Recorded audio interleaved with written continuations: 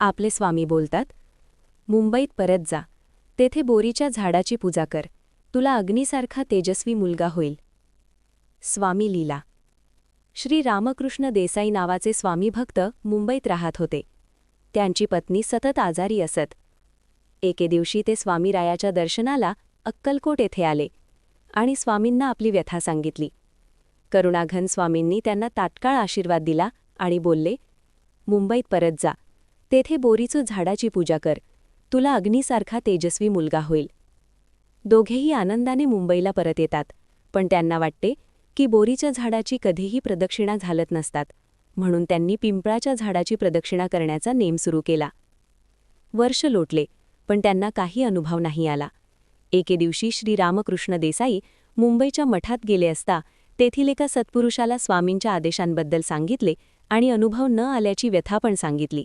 तेव्हा ते सत्पुरुष हसले आणि बोलले की स्वामी, बोरीचे झाड स्वामी सूत ह्या त्यांच्या परम भक्तांना बोलतात आणि हा मठ स्वामी सूतांनी स्थापन केला.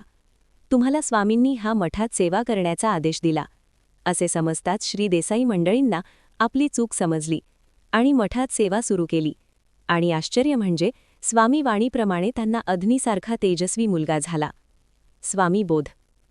स्वामी वचनांचा अर्थ समजणे म्हणजेच खरी स्वामीकृपा होय. स्वामींकडे आपण सतत मागणी करत असतो आणि हे सत्य आहे की स्वामी आपले प्रत्येक मागणे पूर्ण करत असतात, पण आपल्याला स्वामींची देण्याची पद्धत न समजल्यामुळे स्वामी आपल्याला जे जे देत आहेत ते घेता येत नाही. जसे तुम्हाला पैशांचे कर्ज आहे, त्यातून तुम्हाला मुक्त व्हायचे आहे आणि तशी तुम्ही स्वामींना प्रार्थना करतात. ज्या क्षणी तुम्ही स्वामींना प्रार्थना करतात त्याच क्षणी स्वामी सर्व सृष्टीला तुमची प्रार्थना पूर्ण होण्यासाठीचा आदेश देतात आणि सर्व सृष्टी लागलीच कामाला लागते. हे सत्य आहे, हे आश्चर्य आहे. तेव्हा कोणीतरी तुम्हाला व्यवसायाची कल्पना देईल वा चांगल्या पगाराच्या नोकरीबद्दल सांगेल किंवा पैसे बचत करण्याचा सल्ला देईल. हे स्वामींचे संकेत ओळखता आले पाहिजे.